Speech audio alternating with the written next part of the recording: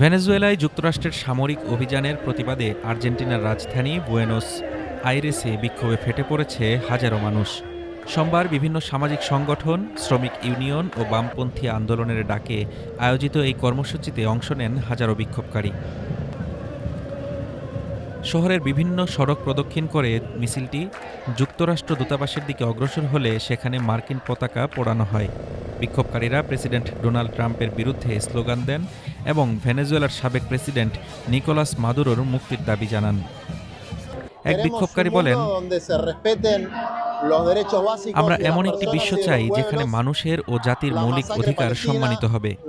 আজ যদি যুক্তরাষ্ট্র ইচ্ছেমতো একজন প্রেসিডেন্টকে অপহরণ করতে পারে, তাহলে কাল যে কোনো দেশেই তা ঘটতে পারে।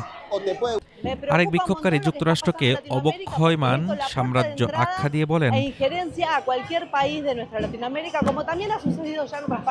নিজেদের ভবিষ্যৎ গড়তে চাওয়া জনগণকে দমন করতে একটি ক্ষুইঞ্চু সাম্রাজ্য সহিংস হয়ে উঠেছে। আমরা স্বাধীন হতে চাই, কোনো সাম্রাজ্যের শাসন মেনে নিতে চাই না।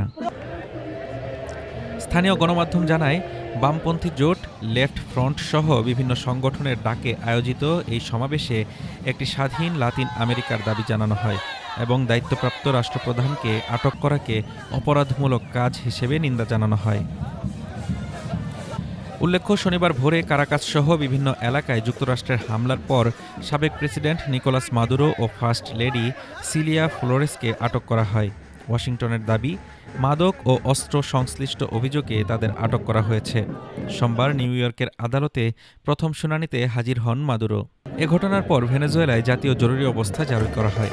কারাকাসের অভিযোগ, যুক্তরাষ্ট্র দেশটির কৌশলগত সম্পদ, বিশেষ করে তেল ও খনিজ দখলের চেষ্টা করছে।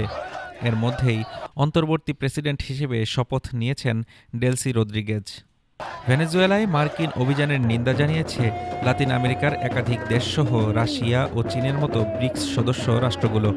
তবে ইউরোপীয় ইউনিয়ন আন্তর্জাতিক আইন মানার আহ্বান জানালেও সরাসরি যুক্তরাষ্ট্রের সমালোচনা করেননি। Desk report, Dhaka today.